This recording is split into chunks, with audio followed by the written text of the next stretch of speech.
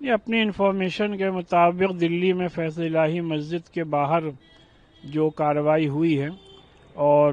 جو یہ بتایا جا رہا ہے کہ اس سلسلے میں کورٹ کا آرڈر ہے،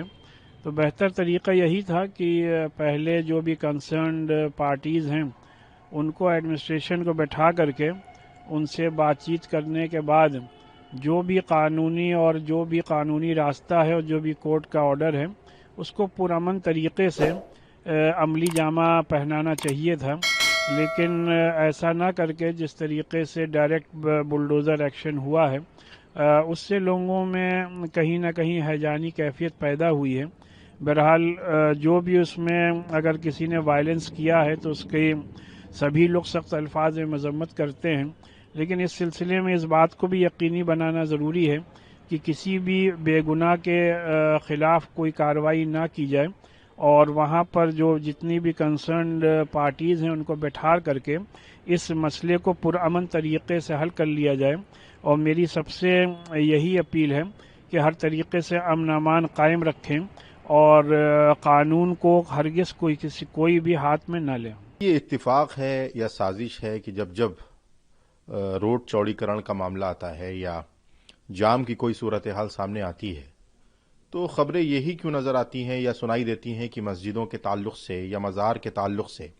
یا قبرستان کے قریب ہی چوڑیکرن کا کام کیا گیا ہے۔ یہ پہلا موقع نہیں ہے، اس سے پہلے بھی بڑی یہ خبریں سننے کو ملی ہیں کہ دلی کے ہی اندر ایک مسجد کے تعلق سے یہ بات آئی کہ وہاں بھی جام کی استھتی کو بہتر بنانے کے لیے مسجد کے باہر کے حصے کو منہدم کر دیا گیا۔ تو اب چاہے وہ ہائی کورٹ ہے، ظاہر سی بات ہے ہائی کورٹ کا اور کورٹ کے کسی بھی آدیش کا تمام لوگ سمان کرتے ہیں، لیکن کیا کورٹ کے آرڈر میں صرف یہی بات ہوتی ہے کہ جہاں پر مسجدیں ہوں، جہاں پر مزاریں ہوں یا جہاں پر قبرستان ہوں انہی جگہوں پر انہدامی کاروائیاں کی جائیں، اور باقی پوری دلی میں بہت سی جگہ جام لگتا ہے؟ ہمارے اور دوسرے اضلاع میں، دوسرے ضلعوں میں بہت سی خبریں آتی ہیں جام کی صورتحال کو لے کر، لہذا اگر تمام جگہ پر